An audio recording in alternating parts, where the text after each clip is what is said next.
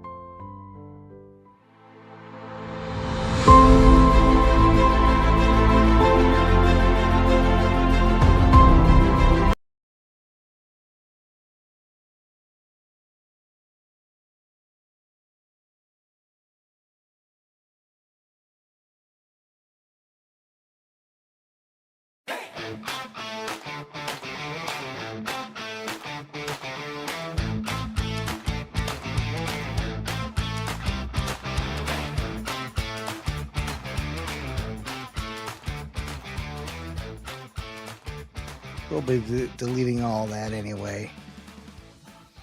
All right, let's get this started a few minutes late anyway. All right, welcome to the Gutencast. Thanks for joining me. Some of you will be joining me live. Some catch me a little bit later on the recording. Appreciate that. This is a special weekend edition. I had some free time where during the weekend, whereas usually during the weekdays, normally want to do this on Tuesdays and Thursdays, but because of the summer, I'm going to have to change that. To make up for some missed episodes, we're doing this one on Saturday, but we'll do some more Saturdays in the future. Today, we're going to talk about one of the books that we publish. It's a... let's just make it big. Well, I see it there on the top. By Frederic Bastiat. It's French. I don't know if I'm saying that right. Is it Bastiat? Bastiat? Could be pronounced Ferguson for all I know. And it's actually an excerpt from a longer work. Actually, we just published this particular essay of his. I have the book here, which you can pick up on Amazon. There's a link in the description, or you can pick it up on our website, gutenbookpress.com. And we're just going to turn this microphone down over here, or speaker down over here. Just got to make sure that the sound works if I don't have anyone fact checking me as I go here. At any rate, Bastiat was a French economist writing around, when was this? 1850. What does it say here? 1853. The collection of essays was Essays on Political Economy. That was the larger work that it comes from. But this particular section, that which is seen and that which is not seen, was really helped crystallize for me tendencies that I was already enjoying or experiencing, pushing me towards what we would call libertarianism. And it's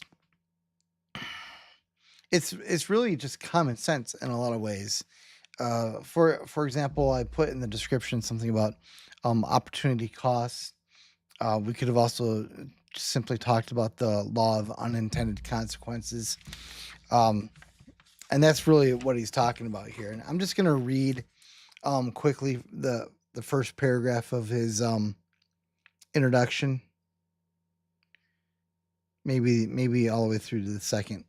Take my glasses off. In the Department of Economy, an act, a habit, an institution, a law gives birth not only to an effect, but to a series of effects. Of these effects, the first only is immediate. It manifests itself simultaneously with its cause. It is seen. The others unfold in succession. They are not seen. It is well for us if they are foreseen. Between a good and a bad economist, this constitutes the whole difference. The one takes account of the visible effect, the other takes account both of the effects which are seen and also of those which it is necessary to foresee. Now, this difference is enormous, for it almost always happens that when the immediate consequences is favorable, the ultimate consequences are fatal, and the converse. I'm going to repeat that.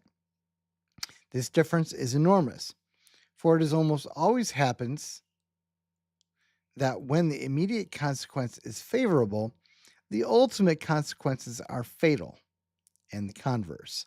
Hence it follows that the bad economist pursues a small present good, which will be followed by a great evil to come, while the true economist pursues a great good to come at the risk of a small present evil. And he's going to discuss a variety of areas where this is going to apply. This is from the table of contents of this essay regarding troops, taxes, theaters and fine arts, public works, so on and so forth. In other words, all the things that even today people are saying that the government needs to spend money on these things. And people just go along willy-nilly about doing it.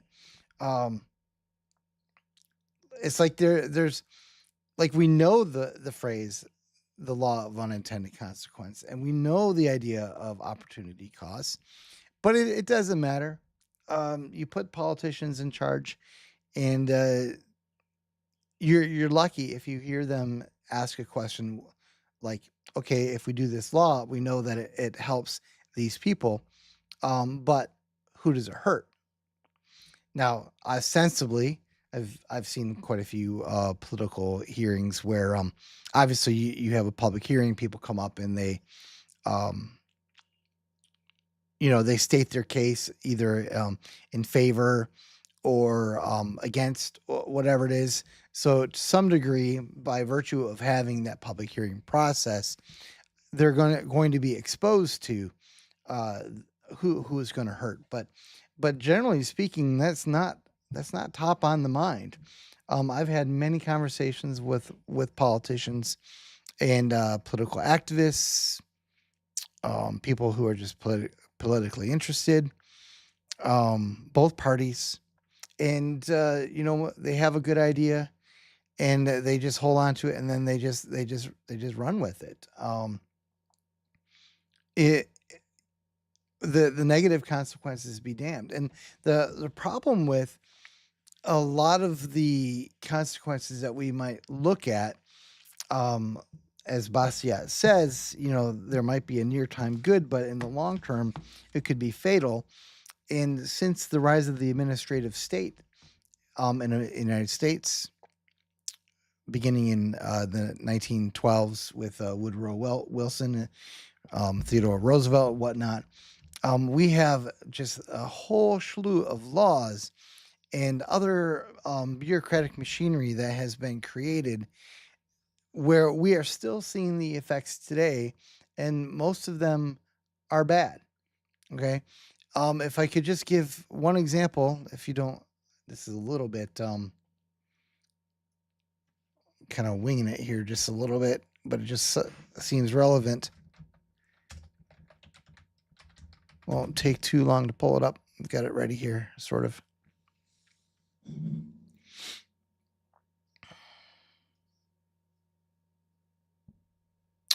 Wrong one. Here it is. This is the one. Come on. It's loading, folks.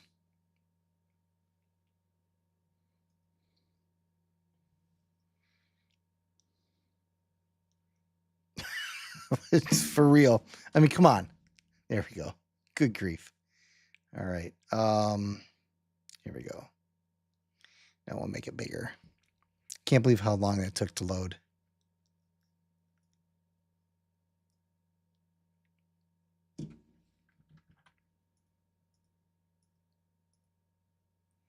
Now I just need to make it bigger without messing everything else up.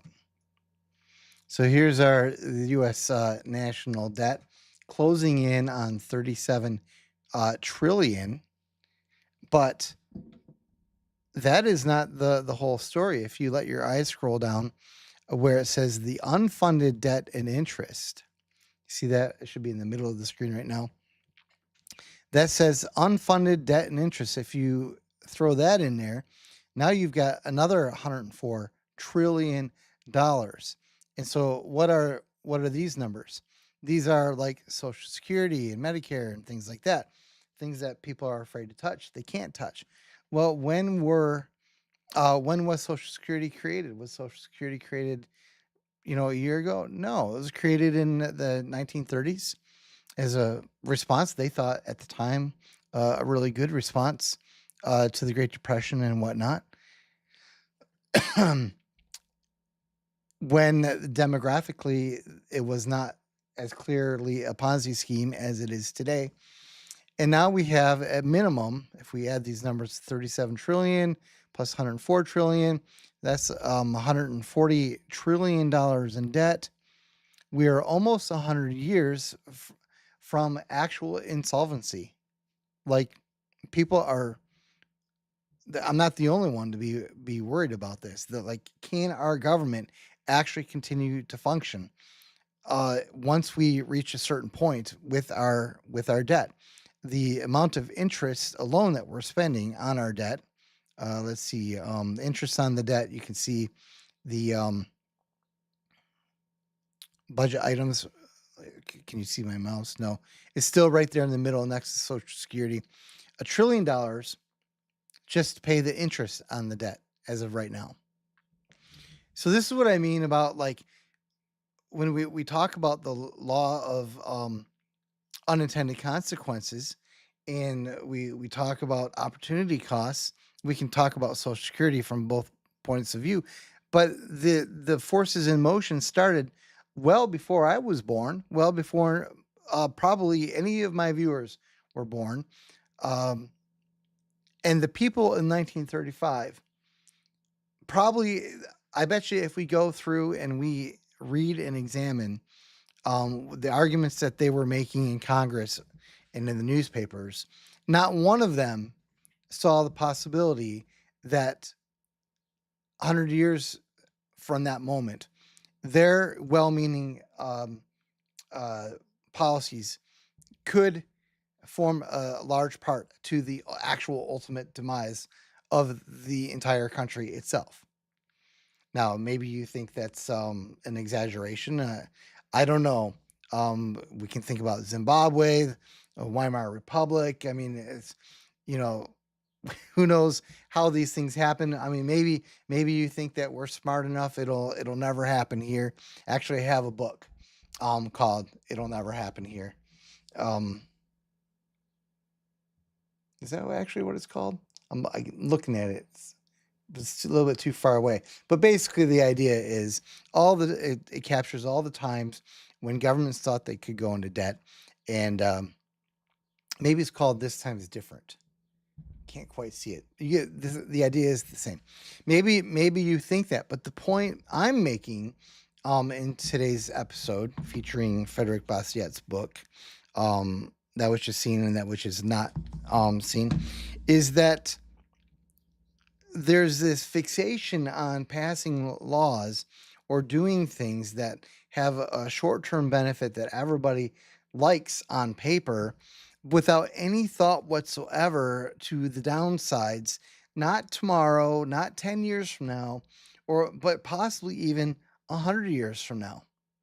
And so like if you are thinking in those terms, you will be very, very cautious in the laws that you pass and the policies that you pursue. And in fact, I don't think we're cautious at all, both at the national level, not at the state level, not at the local level. I think people get it in their head that hey, I have an idea for a law, and they just like do it. And we're lucky. We're lucky if they hear the opposing view. But the other side of it too is that in order to, I think I can kind of get rid of this for now. In order to see the negatives of a policy, you actually like have to start looking at them. You have to monitor them. This is one of the things that bothers me about public health. I'm not going to go too deeply into that today, but they'll say, well, from an epidemiological point of view, XYZ has positive effects. And they might take a study from Racine, Canada, just to make up something.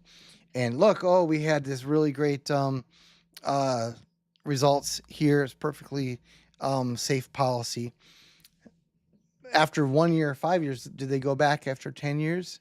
Maybe not. But I'll tell you one thing that they definitely don't do is if they now take that policy and they spread it out over 1,000 communities, they don't go to each of those communities and make sure that the results that they had in Racine, Canada hold true. I could give some very specific examples, but it would possibly sidetrack this whole conversation. Conversations with public health officials who will say things like, this is a great thing. We're going to do this to this community. It's for their own good. And we have a study from this one town to prove it, or even 10 towns or 100 towns. But the problem is the diverse nature of humanity is such that for a variety of reasons,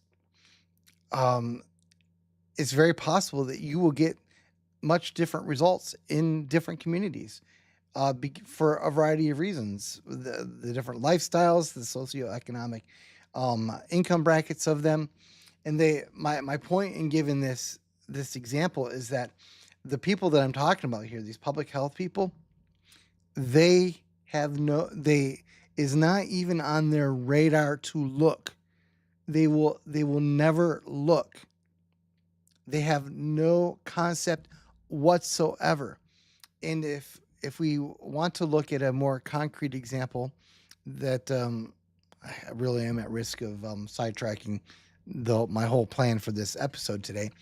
If you look at what happened during COVID, the epidemiologists were telling us, if you don't do this, so many people are going to die here. And so they said, well, we will, we think you should shut everything down. We think you should lock everyone in their homes, close the schools, close the businesses. If someone's on the beach walking alone with not a person around them in 1,000 yards, arrest that person. Now, the epidemiologist might have been correct about there are not the rate in which the infection is going to spread and possibly do harm. But are they also expert economists?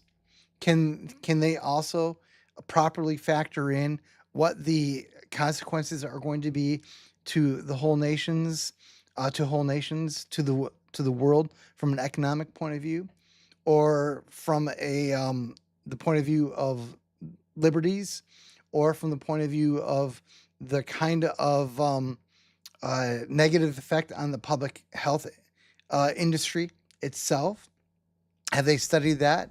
They might be experts at public health? Are they also good at weighing whether or not this person's life is more valuable than this person's life?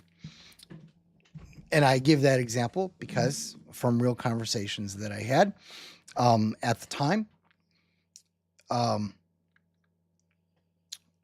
we many of us were pointing out that there were almost certainly going to be a very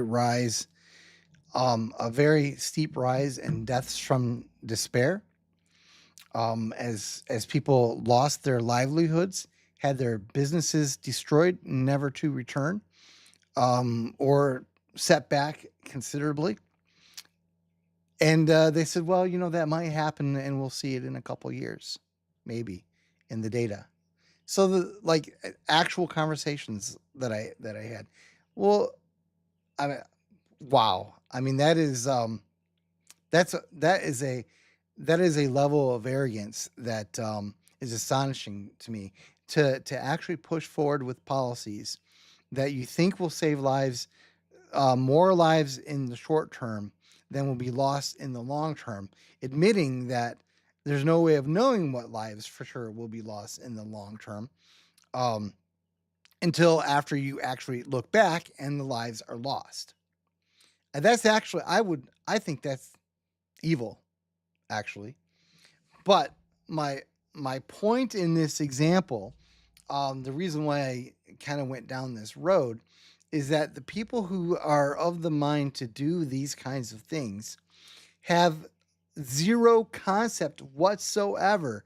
None. They can't even imagine possible counterfactuals that will be bad. How do I say that? Just like the people who passed Social Security almost 100 years ago now. 90 years almost, is coming pretty close to 100.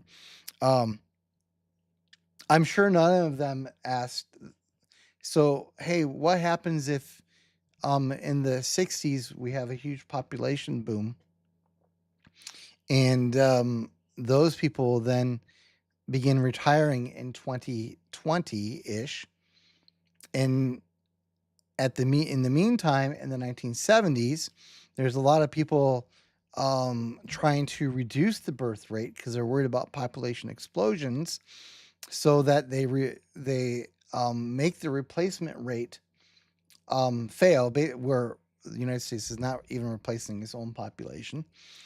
And so what happens in a scenario in which there are fewer people to pay for the retirement of the population boom? Did anyone in 1935 even contemplate the scenario? I will bet you right now $5 on the spot it never happened, because these people lack all imagination.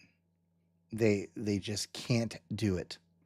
And therefore, for this reason, governments should not be allowed to do these things at all. But I blame the government, blame the politicians, but there's an awful lot of people who go in on it too, just ordinary people, who just hey, there should be a law. Well, let's just do it.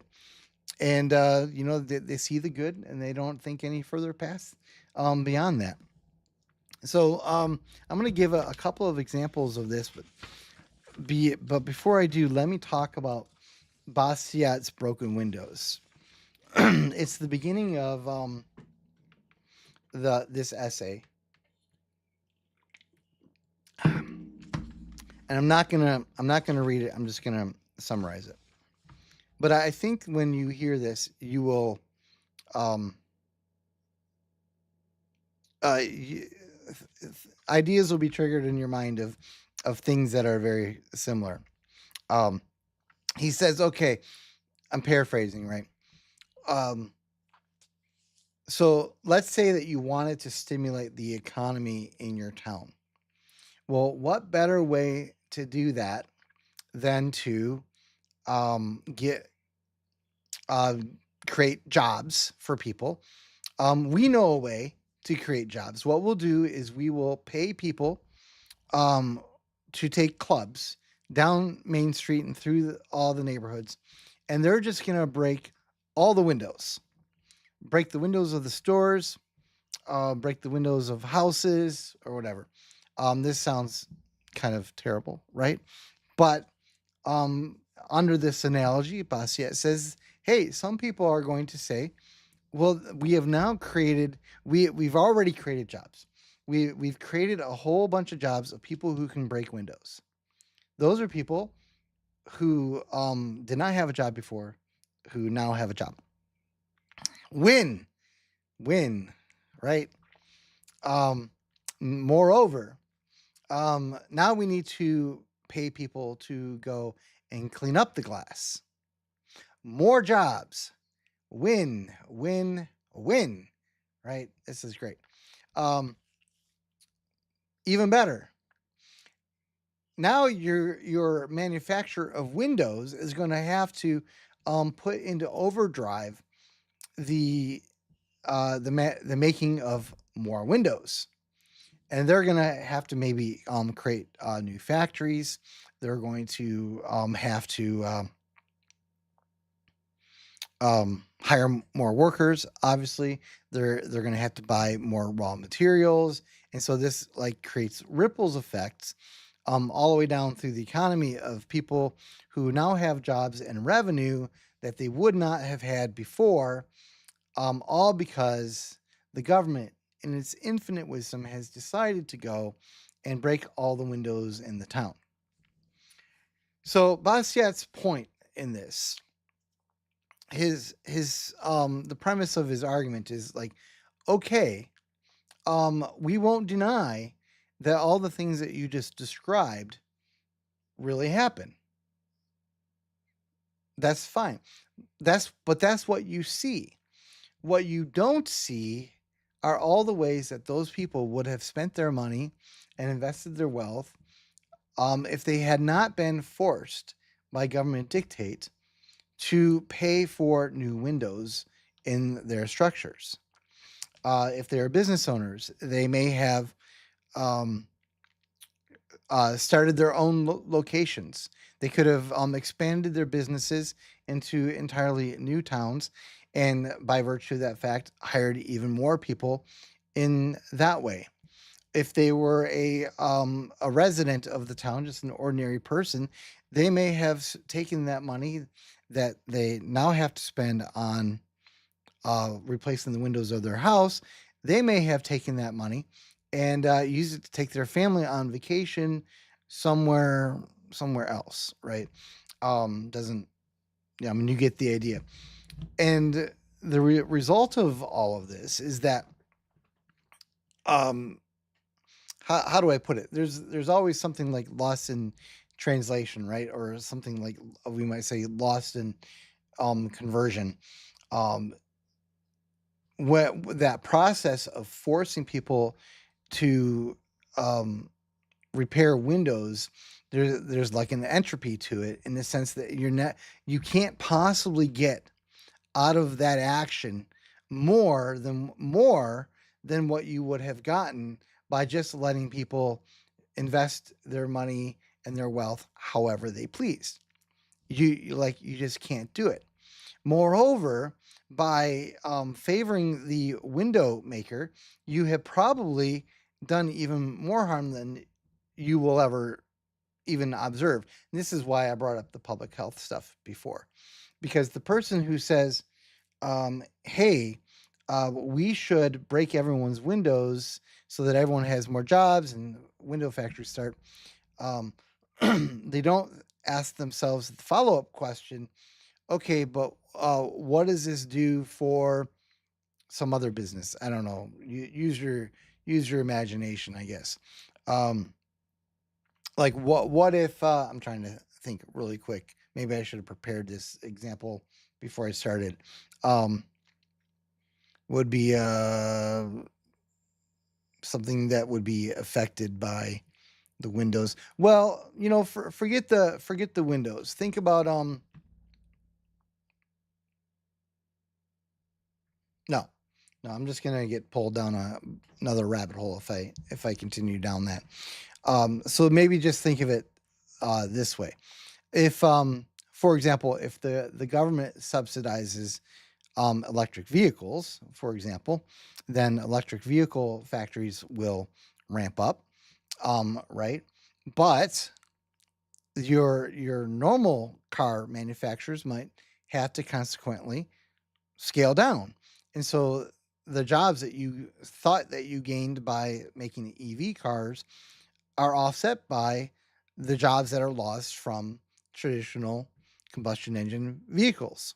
That's the thing that I'm saying. And my point is that the mentality of the broken window people is that it will literally never occur to them to even contemplate the knock-on effects all the way down the chain. Because in the case of like the vehicles that I just gave, there's entire industries that surround all of the combustion engine stuff, right? You got people who make the widgets, people who make the little nuts and bolts, the spark plugs. These are you're not just putting out a business or reducing the business of one particular car manufacturer. You're like you're throwing cold water on thousands of small businesses and the people that they employ. And the chances that the people who support EVs have even or the broken window people will say have even contemplated that possibility, like very slim, very slim. It's embarrassing to hear people talk about these things. Anyway, that was kind of the example, the analogy what I'm trying to make with Bastiat. Like there, yeah, you've enhanced the broken window or the window manufacturer, but at the expense of somebody else, right? Now, the other part of it is that you could say, well, look, where you haven't really said anything different than what happened to the horse and buggies of the 1910s. Technology moves on. Ford Motor Company put out of business all the people who tend to horses and so on and so forth. That's obviously true. Um, but the difference with that scenario is that well, I know my history well enough to know that this is not a pure statement. Um, but as a general rule, that was just the free market deciding, people on their own saying, you know what, I prefer to have a vehicle that moves at 25 miles per hour that doesn't poop on me. Um, that's seems nice. And if you know anything about what the roads were like in the 1910s and the 1905s, where there's horses and buggies, then you would know that that's legit. Like that would be nice to have a mode of transportation that doesn't poop on you. I can think of a Seinfeld episode that could help you really visualize that if you wanted. Um, Kramer, just look it up. Kramer and horse and buggy. what what now from a big picture point of view, of course, what should happen is that no matter what you do, whether you are in the private sector or in the public sector, you should be conscientious about what the knock-on effects are of the things that you do. But there is a huge difference between what happens at the point of the gun via the coercion of the state versus what people do voluntarily. Like if you were to, if you say we're going to force you to buy an EV rather than letting the free market decide, that's you've gone across the threshold that is far different. It's um you have put your hand on the scale using the coercive powers of the state, as opposed to thousands of people making small private decisions according to their own best interests of their own household, and they know their own interests better than anyone else. They're the ones who all as a collective make decisions about what to buy and what to invest in. And yeah, the horse and buggy is going to lose out in that scenario, but there's no risk of government corruption. There's no risk of going to jail necessarily, because you didn't comply, or whatever it is. Because when you bring in the threat of coercion into it, you have changed the animal completely. And so I want this is going to be my first example of the broken windows in real life practice. So let me just get something here. And I can already see people are going to be like, oh, this no big deal, who cares? But here, this is a real life example.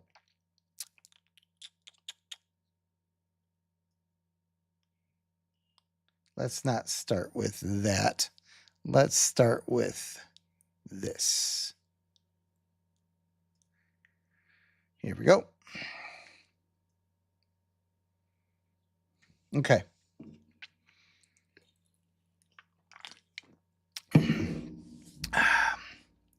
Wisconsin's waste reduction and recycling law. Yeah. So people are going to say that recycling can only be a net good. It can't possibly be bad in any way.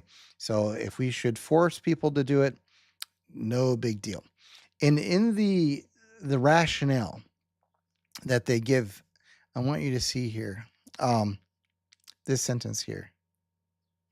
Today, recycling markets are expanding, creating jobs in Wisconsin and diverting waste from landfills.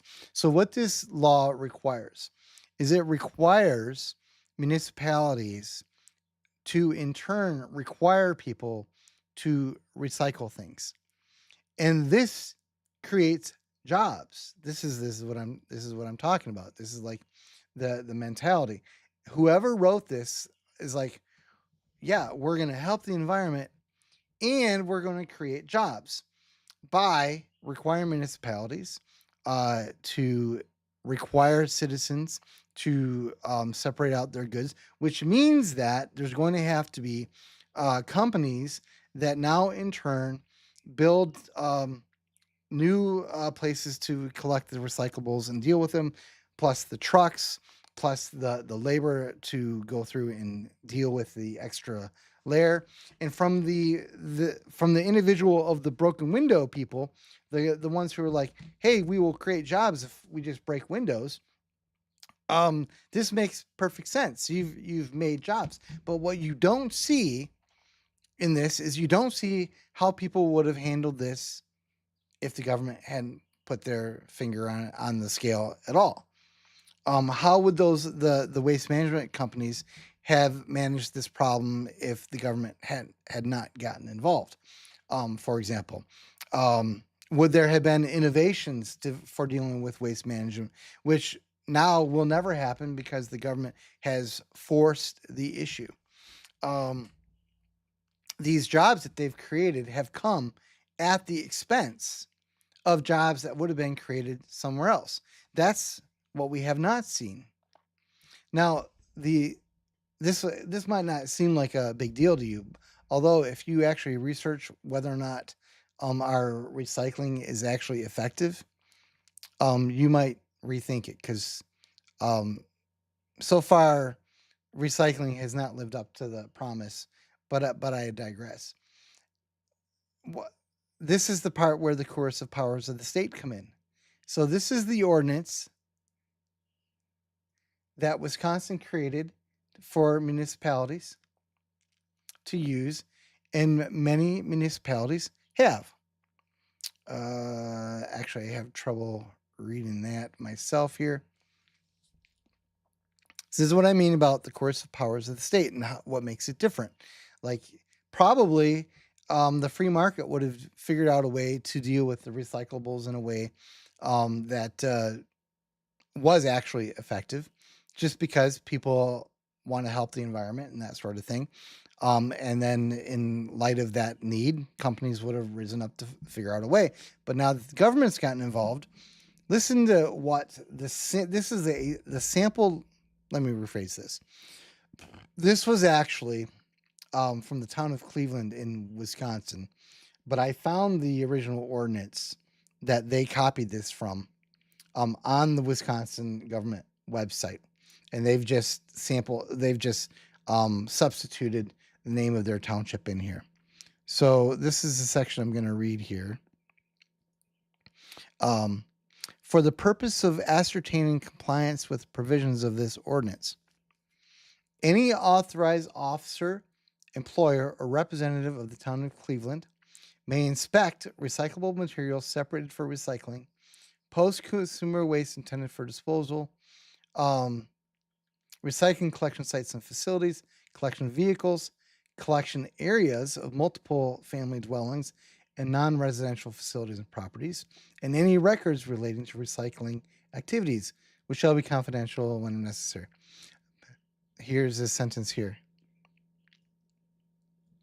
No person may refuse access to any authorized officer, employee, or authorized representative of the town of Cleveland who requests access for purposes of inspection and who presents appropriate credentials.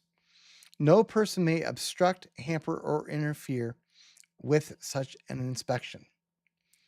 This essentially, this piece of legalese applies to the authorities given to any employee or representative of the town of Cleveland, refers to any collection areas,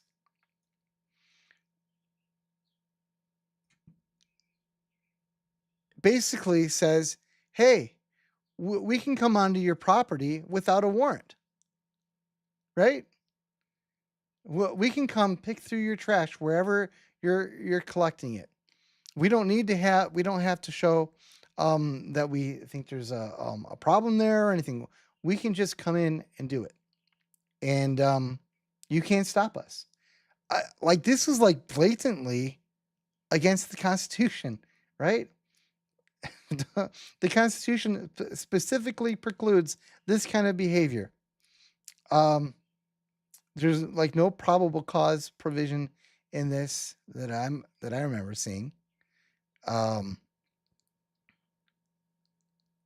In this law, this is a sample law provided by the state of Wisconsin, and there was some Yahoo. I can just see this person in my mind's eye, sitting in his little office, a complete statist, right? This person is like, hey, if we require people to recycle, we actually have to put an enforcement mechanism in it. I've got an idea. Let's just make it so that people can go on to any property for any reason whatsoever on their own discretion and inspect people's trash. Sure, because the idea of the Constitution never occurs to that person. The Fourth Amendment, like, no concept to that person. They're a broken window person. They're someone that says, hey, we're going to create jobs with breaking windows. And that is the end of their thinking. And this is why they should not have any power whatsoever. Now, this sample law has been actually accepted and adopted by numerous, at least dozens. I found dozens of cases of Wisconsin communities that have this, that they put into this ordinance, put this ordinance into effect. Now, the enforcement mechanisms continue here. This is from the sample law. Penalties for violating this ordinance: $50 for a first violation, $200 for a second, $2,000 for a third. Okay, so that's a lot of money. But what if they don't want to pay it, right? What if they're like, no, that's wrong. This is immoral. It's against the Constitution. Blah blah blah. So they don't pay it. They're going to jail, Jim. That's what's going to happen. So this is a perfect example of a contemporary small thing, small thing where they put their finger on the scale. They favor certain industries at the expense of others without any knowledge whatsoever of who the others are. Like they have not even considered. Whoever wrote this ordinance, whoever passed these laws, did not even contemplate the question of, okay, what industries might we hurt? Who's going to lose their jobs in other places? They just did it. And then they said, you know what?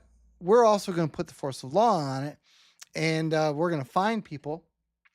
And of course, that means ultimately the ultimate backstop of that is jail and possible, shooting them, right? If they resist going to jail, now you get to shoot them. That's the difference between having the free market decide and having the government decide. Because ultimately, somewhere along the lines, when you track it back, can't see my hands. When you move it far enough back, when the government gets involved, at the very end of the line, they get to shoot you if you don't agree. In the free market example, if you don't want to buy the Model T by Henry Ford, you're just stuck with the horse, I guess. No one's going to come along and say, I'm sorry, but if you don't give up the horse, we're going to shoot you. That doesn't happen in that scenario. It never happens. So the whole broken window fallacy, the whole opportunity cost is not just about the people that are hurt, but when the government gets involved, there is a necessary and inevitable reduction in liberty. Now take this example of the model law for the recycling, which again actually is the law in numerous Wisconsin municipalities, and multiply it over 10,000 or more other ordinances that have exactly the same effect, that do the exact same thing. So they put their thumb on the scale here and there. No one can see my hands moving. You got to see my hands move for this.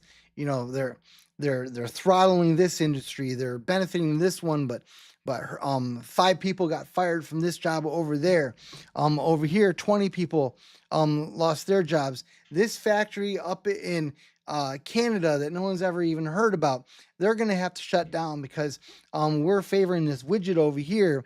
And who can you be against widgets? What kind of a bad person? But multiplied over thousands and thousands and thousands of examples, it becomes ultimately suffocating. And we're living in that, and people walk around, they can't do anything, they can't start jobs, they can't start businesses because there's all these rules and regulations, and the people who create the rules and regulations are going to be like, well, if it just saves one life, that kind of thing. But what they don't see are the many people who wanted to start a business and look at the rules and regulations and are like, I just can't do it. And I could really go down a rabbit hole on that because that really irks me. And it's just this whole mentality of people who think they're smart enough. They think they're benevolent enough. They think they can reason things out and see these things to their ruddy end when most of them don't even look 2 or 3 steps beyond the immediate impacts of what they're doing. Like, to go back to the Social Security example, none of those people could imagine a scenario 100 years later where what they put into place then could put such pressure on the American government that now we're trillions of dollars in debt. We're paying $1 trillion in debt in interest alone, and we just can't do it, right? So I really kind of talked a little bit longer about that than I thought I would, but I kind of get riled up. about it. To me, the idea that somebody can just come on my property, I guess, come into my house, because my garbage can is a collection area, right? Come into my house without a warrant, without any probable cause, and make sure that I'm separating out my recyclables. I like that angers me beyond words, and I know that there's thousands more examples like that if just like look for them. So before I move on, I want to talk about uh, one of the things that I tagged in the description, and I think I'm not going to talk about it quite as long. But let's see here. I have a video clip. Who's the guy? See if I can find it real quick. All Cars with John. This is a really good example that's worth being aware of. It illustrates not just the opportunity costs, the laws of unintended consequences, but also like how people like pass laws that actually like they mean them to do good, and then they actually like do the exact opposite of what they want to do, and then they die and like from old age, and they never even know it. Like they're just clueless, and the rest of us are like living in this situation where these people in the 70s created laws that were supposed to be good. They've backfired immensely, and no one has the courage or the knowledge to reverse them. So let's see. I'm going to play a little bit here. Hopefully this works. So if you're like me and thousands of other Americans, you Make wonder sure we why can we hear it. can't have the small trucks like we used to have here in America. Those old Toyota trucks, the original S10, Ranger, Isuzu, Mitsubishi, Nissan hard bodies. Why did Okay. they go away? Why won't manufacturers bring us small, All right. four-cylinder, five-speed, basic trucks? Well, because the government doesn't. So let me just pause that for a second. So have you ever heard people complaining about the giant SUVs and things like that? They're like, oh, look at these gas guzzlers. Oh man, they're just ruining the whole world with their emissions and stuff. And why do they need such a big truck anyway? Why can't they just have a little truck? Just listen, this is why. Want them to, but they don't exactly mandate it. Welcome back to All Cars, y'all. I am John, and if you've wanted these small trucks to make a return like I have, you have to blame the CAFE standards. Now, CAFE stands for the Corporate Average Fuel In other words, Economy, and it cafe came about standards, in the government. 70s with the gas crises and a rising concern in how much gas mileage individual vehicles got. The EPA came out, they started putting in emission standards, but they also put in fuel economy standards. Okay, so you're the person who says, oh, I really hate those big vehicles. No one needs a big giant truck. Why can't we have small trucks? Well, we're already hearing it from the beginning of this is that it's because the government got involved, right? How? Like, what impact could that possibly have? It's going to be the government, right? So, in other words, the people who are the big giant environmentalists wanted a law for gas mileage and stuff like that, which actually created more gas guzzlers. That's like perfect. And that's the reason we can't have these small trucks, which is counterintuitive because those small trucks had typically little four-cylinder engines, single cab, long bed, extremely useful, tradesmen loved them, and they were very efficient. And trucks today are so much bigger. I actually did a study that things like the Ranger and the Colorado are the size of the full-size pickup trucks from the 80s and the 90s. So why can't we have these small ones again? We thought it was. Okay, so he's going to talk a little bit about this particular vehicle for a little bit.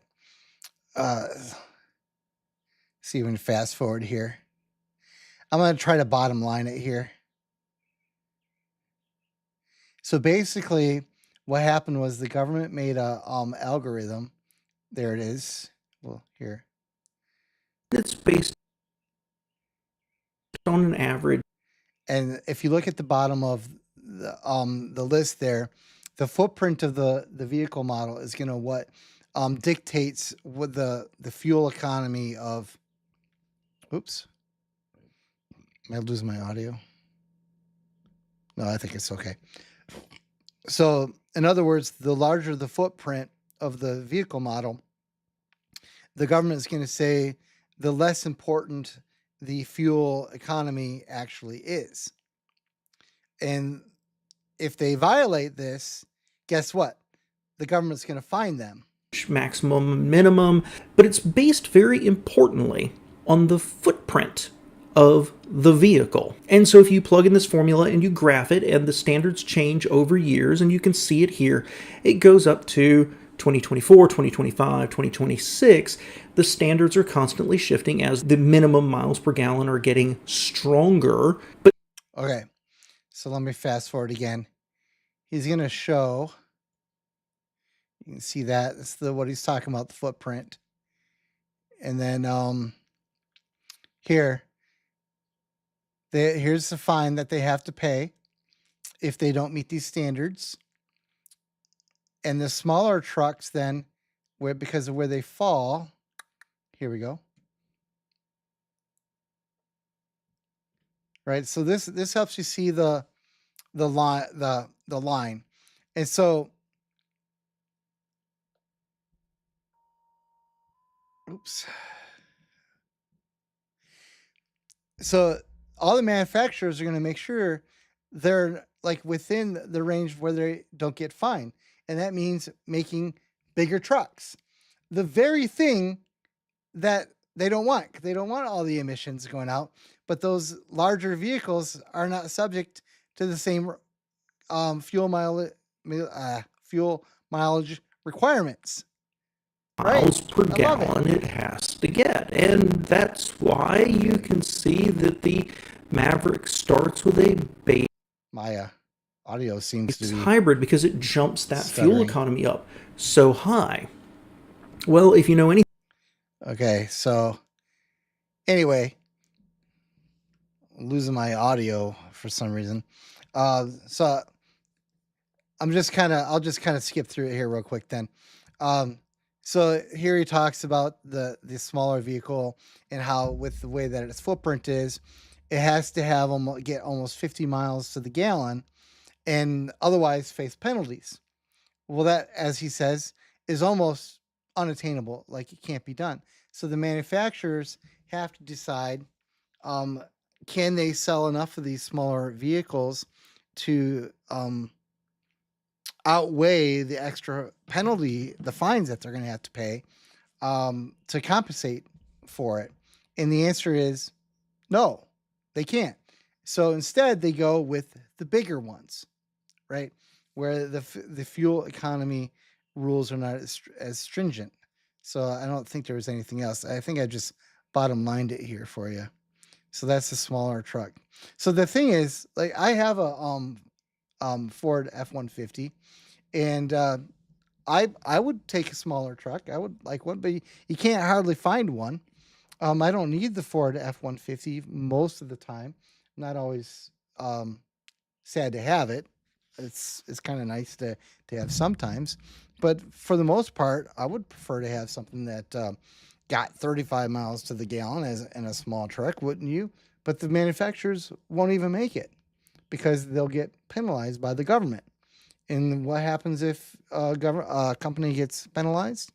Basically, the equivalent of what happens if you don't pay your fine for letting the township representative come in and inspect your trash. If you don't pay that fine, they're going to put you in jail, or they're going to close your business would be the comparative thing here. So they just don't do it. Now, the irony of this is that if we had to single out one particular group who is all about creating laws that have the exact opposite effect of what they desire, is liberals. And this would be a really good example of how liberals, who I often have heard, they'll say, like real life examples. Look at these big giant vehicles. No one needs an SUV. Blah blah blah blah blah. And at the very same moment, it's their kin, granted 30 or 40 years ago, that passed the laws that basically made it almost inevitable that you're only going to get gas guzzlers. That's just perfect, right?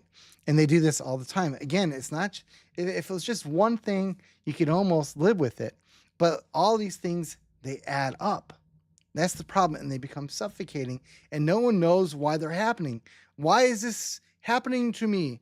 It's because there's like 10,000 of these laws and rules and things with different unknown expectations or consequences that are weighing in on you, and you don't know it. Now, on the other hand, I don't want the liberals to feel particularly singled out, because there is the other side of it, is conservatives often are big businesses are actually glad for all these things, because basically, if the government makes the law that only a giant corporation can have the resources to meet, then it means all their smaller competitors go away. Hold on just a second.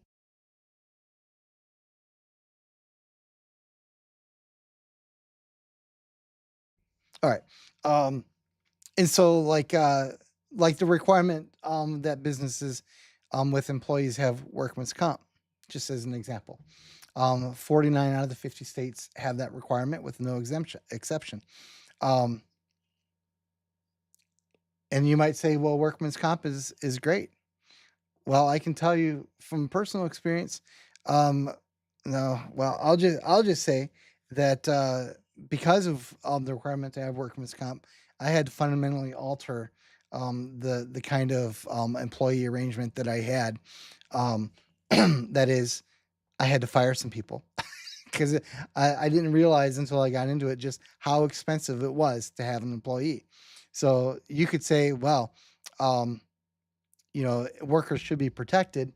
But hey, guess what? Now they're not getting an income at all. Congratulations. Good job. But my point is, granted, liberals are all over that kind of thing. But Republicans and conservatives, the big business ones, love it because it means that the smaller organizations, the smaller companies can't afford to comply. So it's just another way to get rid of the competition. All because someone put their thumb on the government scale. They decide to break windows instead of letting the free market decide how people are going to spend their money on their own or make their own businesses or whatever. So I did kind of ramble a little bit here. I acknowledge and admit, but I am going to wrap it up. I could say a lot more, and I almost did say a lot more. I kind of set myself off a little bit. So the book, if this is any kind of, if you want this as a resource, like maybe you already agree with all of it, by you might still want it because the guy is really insightful and he makes a good argument, and it's the kind of thing that you can share with people too. As Frederic Bastiat's That Which Is Seen, That Which Is Not Seen, there's a link in the Amazon description. Link in the description to the Amazon page. But if you really want to support this, buy through the Gutenberg Press website. And I just realized that I now have a Patreon, and I forgot to provide the information for it. So that's it. I'm not going to belabor it anymore. If you've watched this far, I really appreciate it. I will definitely be revisiting this more in the future. I can't wait. So thanks again for watching.